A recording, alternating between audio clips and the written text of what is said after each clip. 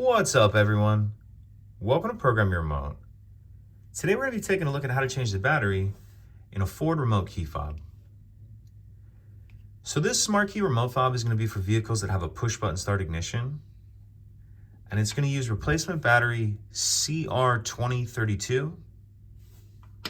We'll also need a flathead screwdriver. So the first thing we want to do is remove the emergency key that's in the bottom of the fob.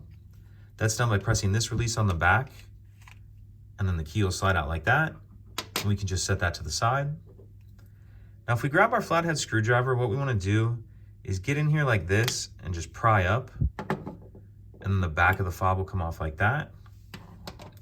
Now if we take a look in the back, we see our battery right here, and you can use your screwdriver to help you get under the edge of it and get it out. And we'll grab our new battery, and we want to make sure that we're installing that with the plus side down, like that.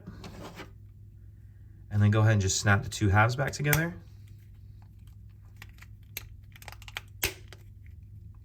Like that. Make sure they're snapped all the way around. Push your emergency key back in, and that's it. Pretty simple. If you have any questions, please let me know. If you could take a second to like and subscribe, it helps us out, and I'd appreciate it. Thank you.